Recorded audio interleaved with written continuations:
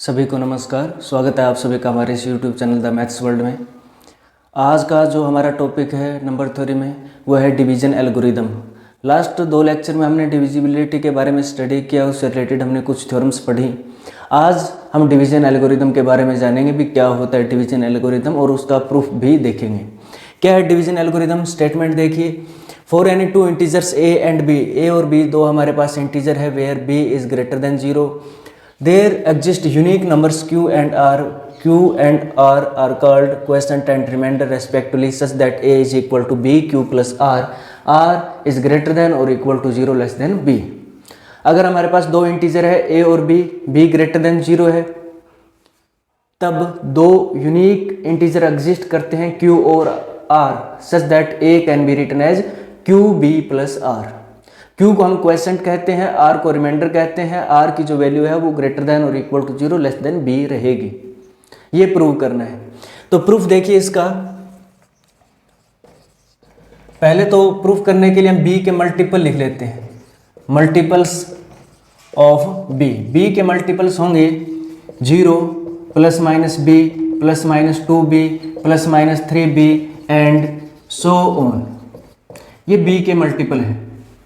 अब दो case arise हो सकते हैं, हो सकता है ए बी का मल्टीपल हो और ये भी हो सकता है ए बी का मल्टीपल ना हो। तो दो केस में हम इसको डिस्कस करेंगे। Case first, when A is multiple of B, A B का मल्टीपल हो तो ए इनमें से कोई होगा, यानी A will be equal to Q B for some integer Q.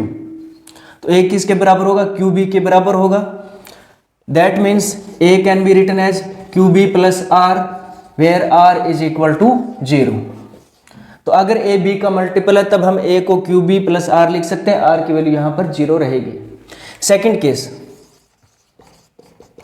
when A is not a multiple of B, अगर A B का मल्टीपल नहीं होगा तो क्या होगा? A will lie between two consecutive multiples of B। A B के दो लगातार मल्टीपल के बीच में आएगा। That means देखिए A किसके बीच में होगा? Q plus 1 B Q B, इन दोनों के बीच में आएगा। ये दो लगातार जो मल्टीपल है B के वो हैं, तो A इनके बीच में आएगा अगर A B का मल्टीपल नहीं है। हो सकता है Q की वैल्यू कुछ भी आए, लेकिन दो कॉन्जुगेटिव इंटीजर मल्टीपल हमने QB और Q प्लस 1 B ये लिए हैं, तो A इन दोनों के बीच में आएगा। अभी हम पूरी जो इन इक्वेशन है इनमें से QB सब्ट्रैक्ट कर देते हैं। QB सब्ट्रैक्ट करेंगे क्योंकि Q सब्ट्रैक्ट करने से इनइक्वालिटी पर कोई चेंज नहीं आता है। QB में से हमने QB घटाया 0, A minus QB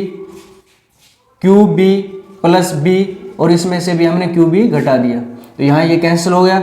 0 A minus QB less than B।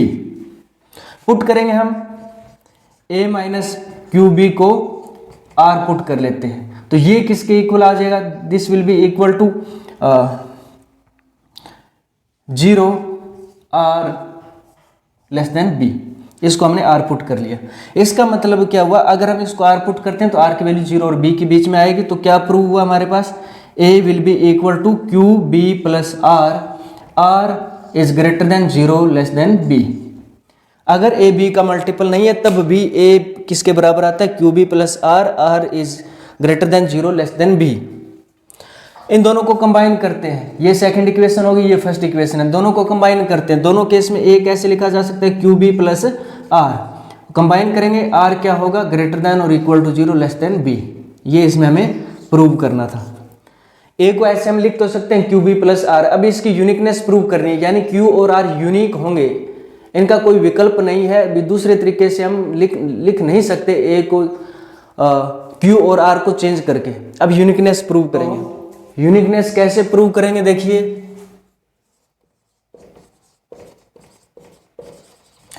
A can be written as QB plus R is greater than और equal to 0 less than B। ऐसे लिखा हमने A को। मान लीजिए A को दूसरे तरीके से लिखा जा सकता है, Q और R यूनिक नहीं है, तो A will be equal to Q1B plus R1 is greater than और equal to 0 less than B। ठीक है। अगर यूनिक नहीं है तो दो तरीकों से, मान लीजिए हमने ए को दो तरीकों से लिखा, हमें यूनिकनेस प्रूव करने के लिए क्या करना पड़ेगा, क्यू को Q1 के बराबर प्रूव करना पड़ेगा, आर को R1 के बराबर प्रूव करना पड़ेगा। देखिए ए इसके बराबर है, ए इसके भी बराबर है, इसका मतलब QB plus R is equal to Q1B plus R1। इसका मतलब क्या हुआ, R minus R1 is equal to Q1B minus QB। इसका मतलब ये हुआ R minus R1 is equal to B common लेंगे Q1 माइनस Q। डिविजिबिलिटी की डेफिनेशन के अकॉर्डिंग क्या हुआ, फिर B डिवाइड करेगा R माइनस R1 को, B divides R1 minus R1। R less than B है, R1 लेस देन B है, तो इनके सब्ट्रैक्शन अगर हम करते हैं तो वो भी B से लेस ही रहेगा। R minus R1 is less than B और B ग्रेटर देन 0B है, यानी B नॉट इक्वल टू 0 है, ये स्टेटमेंट में गिवन है। ये तीन चीजें यहाँ पर हमने निकाली। कैसे प्रूव करेंगे, R को R1 के बराबर प्रूव करना है, Q को Q1 के बराबर प्रूव करना है। कैसे प्रूव करेंगे, हमने एक थ्योरम की थी, थ्योरम में क्या था, मैं रिवाइज करवा रहा हूँ। अगर A B को डिवाइड करता है, B A से लेस है और B not equal A not equal to 0 है। अगर ऐसा है, पिछला जो लेक्चर हमने किया था उसमें ये थी थ्योरम, आप वहाँ देख सकते हो। अगर ऐसा है तो क्या होगा, B 0 के बराबर होगा। यहाँ पर ये थ्योरम हम अप्लाई करेंगे। देखिए B divides R minus R1 less than B and B not equal to 0, तो इसका मतलब R minus R1 is equal to 0। That means R is equal to R1, R R1 के बराबर हुआ। R R1 के बराबर इसमें पुट करते हैं तो R और R1 कैंसिल हो जाएंगे। क्या आएगा हमारे पास, QB is equal to Q1B। तो Q minus Q1 into B is equal to 0। B not equal to 0 है, B ग्रेटर देन 0 स्टेटमेंट में है, दोनों की प्रोडक्ट 0 है। इसका मतलब Q minus Q1 is equal to 0। That means Q is equal to Q1, Q Q1 के बराबर आएगा। तो हमने दूसरे तरीके से लिखा तो था, लेकिन वो जो Q1 और R1 थे वो पहले जो Q और R थे उनके बराबर ही आए हैं। तो this is uniqueness of Q and R। अब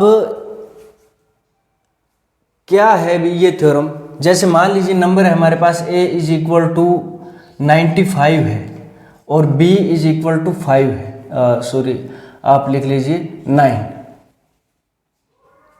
तो क्या होगा, 95 can be written as 9 into 10 plus 5, ऐसे लिख सकते हैं डिवीजन एल्गोरिथम। ये क्या है, ये जो 10 है ये क्वेश्चन है, ये रिमाइंडर है।